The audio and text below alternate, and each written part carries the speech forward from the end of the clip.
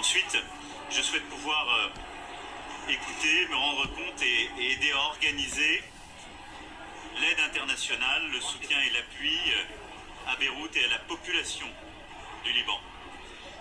Nous avons commencé à le faire avec l'arrivée hier de 2 avions militaires, un avion civil, qui ont apporté des premiers médicaments, des soins, des équipes d'urgence, l'équivalent prêt pour traiter 500 blessés. Nous avons dans quelques heures un autre avion qui arrive, un MRTT ravitailleur, avec des moyens d'enquête, de soutien logistique, d'équipes aussi de police et de recherche. Et nous aurons organisé dans les prochains jours des soutiens supplémentaires au niveau français, au niveau aussi européen. Je souhaite organiser la coopération européenne et plus largement la coopération internationale. Et la France prendra dans les prochaines heures des initiatives à la lumière de ce que nous allons échanger, à la fois avec justement les équipes sur place et les autorités. Et donc là, pendant les heures qui viennent, je vais me rendre sur le port, échanger avec les équipes de sauveteurs, échanger avec les ONG, toutes celles et ceux qui sont sur place et qui prennent en charge et ont pris en charge dans l'urgence. Ensuite, pour moi, la troisième chose, c'est de rencontrer l'ensemble des autorités politiques. Je verrai, à Abda, évidemment, je reverrai le président de la République, mais les 2 présidents et le Premier ministre. J'ai souhaité ensuite voir l'ensemble des forces politiques pour avoir un dialogue de vérité. Car au-delà de l'explosion, nous savons que la crise ici est grave. Elle implique une responsabilité historique des dirigeants en place. C'est une crise politique, morale, économique et financière, dont la première victime est le peuple libanais.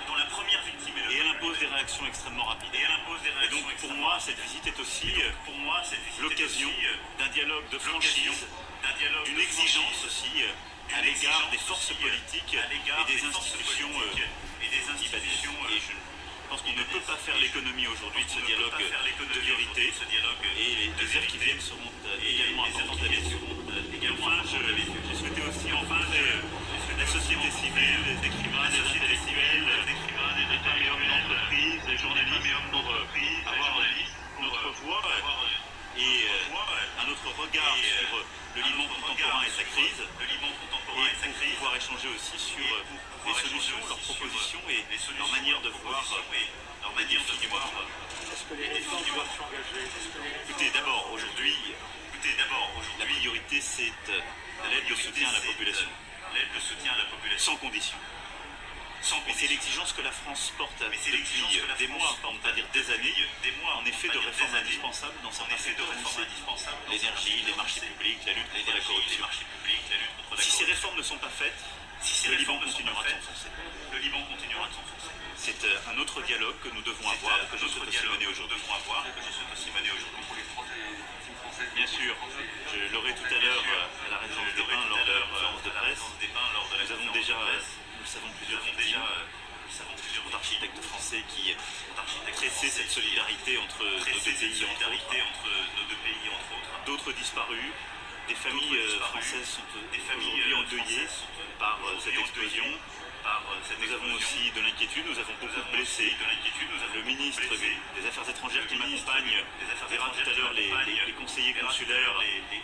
Là aussi, dans ces premières heures, je souhaite aussi que les équipes continuent de venir dans les prochains jours en soutien. Et donc je veux adresser le soutien de la nation toute entière à l'égard de nos ressortissants qui sont touchés, de leurs familles, ceux qui ont perdu un proche, pour ceux aussi qui ont des blessés. La France sera là pour leur apporter tout le soutien, l'aide nécessaire pour être à leur côté, soutien physique, rapatriement, mais aussi soutien psychologique parce qu'il y a beaucoup de traumatisme dans cette période.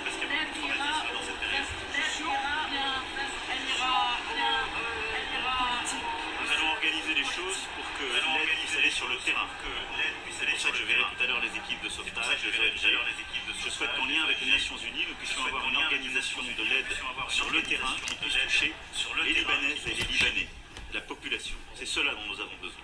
Monsieur le Président, pour cette restauration du Liban, qu'est-ce qu'on veut dire par ça? C'est quoi le contrat? Je l'expliquerai tout à l'heure. Je pense que la courtoisie veut que j'échange d'abord avec les autorités libanaises et les forces politiques. Je vous en rendrai compte et je répondrai sur ce sujet à toutes vos questions lors de la conférence de presse. Là, je vous donne le programme. Le plus important, c'est cette solidarité fraternelle à l'égard du peuple libanais. Votre sentiment que vous êtes au Liban pour la première fois, Monsieur le Président, dans un Liban en désastre? Je ne suis suis pas pour la première fois, Non. même si en tant que président, vous avez raison de dire que c'est une première visite dans l'urgence. Je le disais tout à l'heure, parce que c'est vous, parce que c'est nous.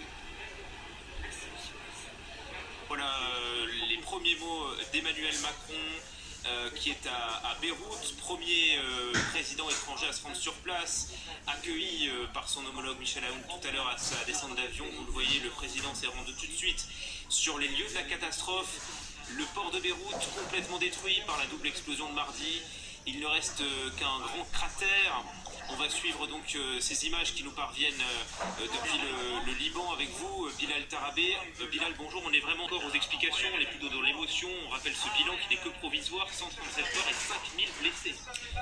Absolument, il faut imaginer que le port de Beyrouth est totalement collé à la ville, c'est-à-dire que Beyrouth elle-même, Beyrouth c'est un port, le Liban c'est la Phénicie, c'est un pays qui est côtier, qui est donc géographiquement une lande de terre qui est sur la Méditerranée, donc que ce soit Beyrouth, les villes de Tyr, la ville de Tripoli dont on parle beaucoup à l'antenne, là ce sont des villes au nord, ce sont des villes qui se sont construites autour de ports. Donc ce port de Beyrouth est littéralement collé à la ville et on a la partie est de Beyrouth.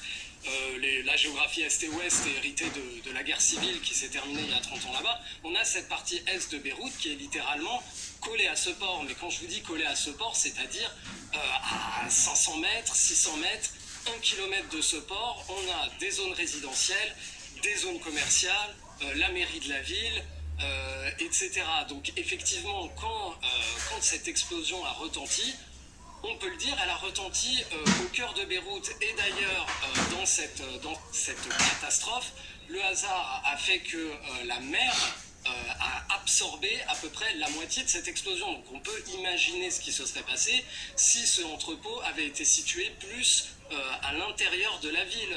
À l'intérieur de la ville. Continentale, oui. Tout à fait. Tout à fait. Le président de la République qui est en train de s'entretenir avec eh bien les secouristes, avec les pompiers, il a eu cette phrase tout à l'heure, Bilal, eh bien ne se produisent.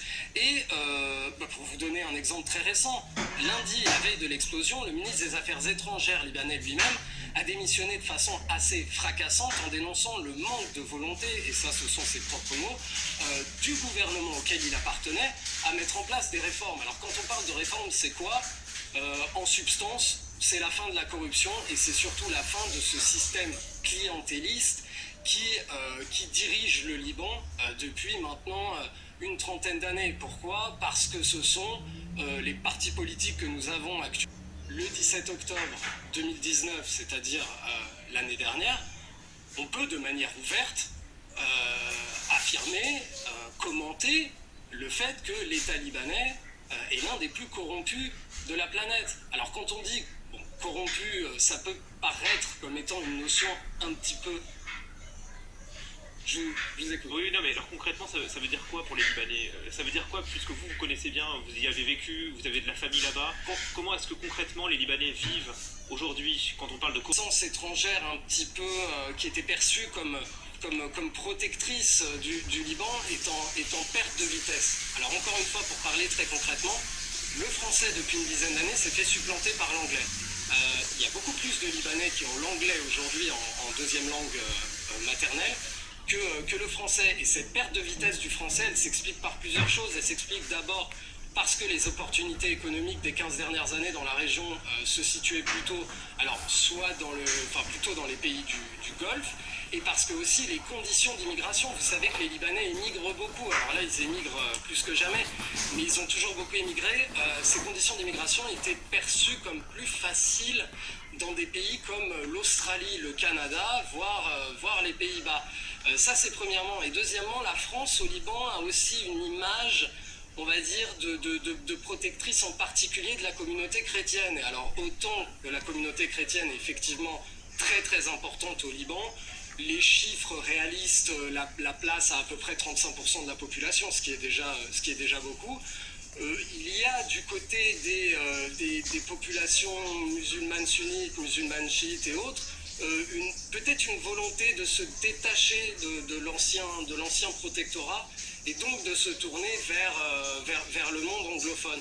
Donc ce geste d'Emmanuel Macron, encore une fois, Voilà, je souhaitais, cette fin de journée, avant de repartir, peut-être récapituler ce déplacement aujourd'hui à Beyrouth avec vous et à vos côtés. Après avoir vu, entendu, écouté aujourd'hui les regards et les voix de nos frères libanais, en ce jour d'après, le 4 août 2020, vous dire combien je ressens une infinie tristesse, une profonde solidarité et partage la saine colère que nous avons vue s'exprimer aujourd'hui. L'objet de ce déplacement que nous avons effectué ce jour était d'abord et avant tout celui d'un soutien au peuple libanais, à un Liban libre, fier et souverain.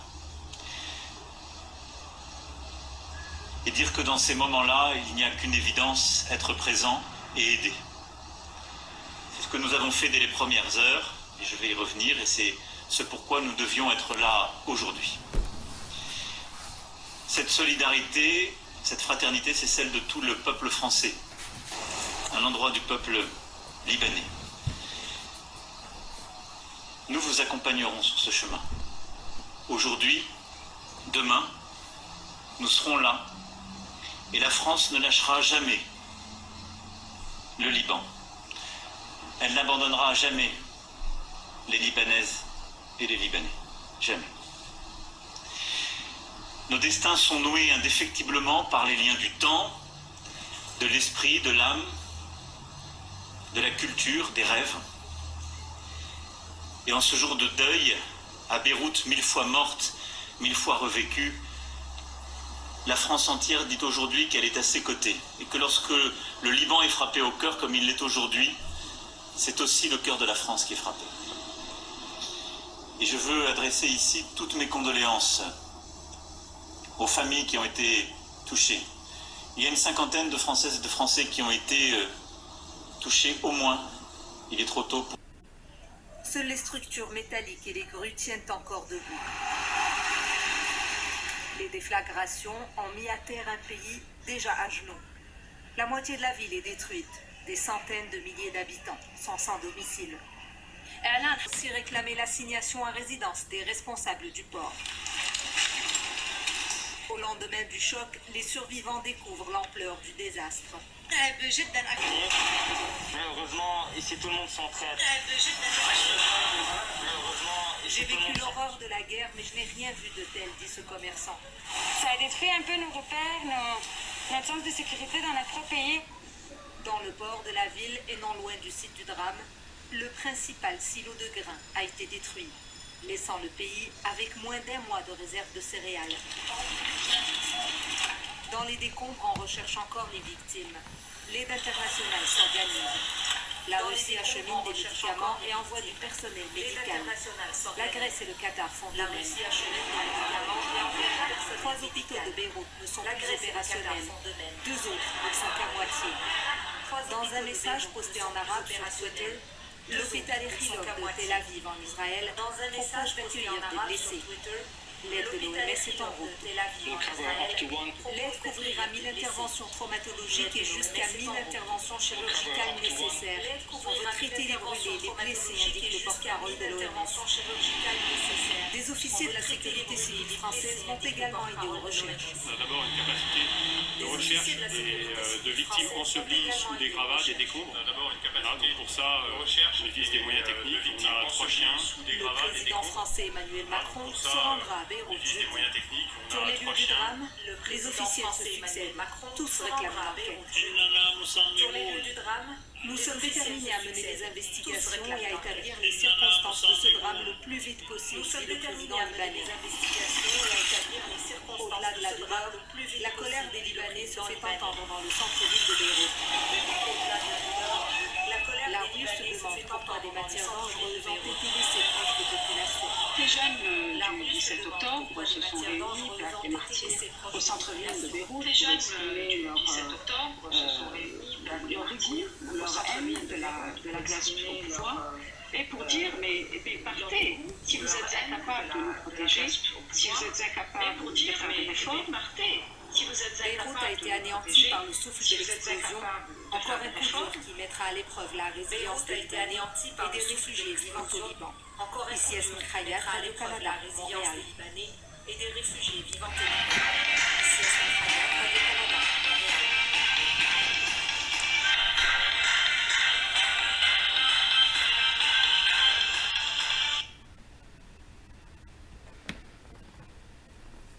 Visite d'Emmanuel Macron au Liban, il a montré une telle sympathie qu'on ne peut pas lui en vouloir de s'immiscer dans les affaires intérieures. 158 morts, plus de 6000 blessés et des centaines de milliers de personnes de sans-abri après les déchirements de sa guerre civile. Les invasions israéliennes sont légères, majoritaires de la domination syrienne, puis l'explosion de son puissant voisin, apportant une nouvelle afflux de réfugiés. Le Liban se trouve aujourd'hui au centre des rivalités entre l'Arabie Saoudite et l'Iran. Le pays est par ailleurs secoué par des manifestations d'ampleur. Depuis octobre 2019, une double explosion meurtrière s'est produite. Les Libanais en colère. Aujourd'hui, ils font des manifestations dans les rues pour demander compte aux dirigeants. Parce que ça fait une trentaine d'années depuis que ces dirigeants-là dirigent ce pays. Par rapport avec une telle acte qui arrive, les citoyens du Liban, les Libanais, ils demandent aux dirigeants de partir. Là, il y a beaucoup de députés qui sont déjà démissionnés. D'autres encore vont faire la même chose. On parle d'une crise humanitaire, on parle d'une crise économique qui pourrait appauvrir cette population libanaise. Mesdames et messieurs, les pays comme le Brésil, la France, la Tunisie, Israël, les territoires palestiniens ou encore l'Iran ont tenu à exprimer leur émotion et leur soutien au Liban qui sont endeuillés. Même si le président français a demandé de changer de système, il pense qu'il y a un problème de système. Cette tragédie demande un changement de système. C'est ça qu'il a dit dans ses propos. C'est un dossier à suivre. Voici les manifestants aujourd'hui. On voit il y a des milliers de personnes qui sont dans les rues malgré les forces de l'ordre. Encore les forces de l'ordre sont là juste pour éviter les pires. Mesdames et messieurs, on appelle une guerre en Syrie parce que les Israéliens ont lancé des missiles. On parle d'une guerre en Syrie. On ne sait pas de quoi il en est, même si que le président du Liban parle d'une bombe. Mesdames et messieurs, c'est un sujet, c'est un dossier important. On va voir ce qui va se passer, même si que les enquêtes se poursuivent pour savoir pourquoi un tel acte s'est produit dans la capitale libanaise. Mesdames et messieurs, n'oubliez pas de s'abonner avec cette chaîne YouTube qui c'est Socio Media News. C'est une chaîne YouTube. N'oubliez pas de s'abonner. Au revoir.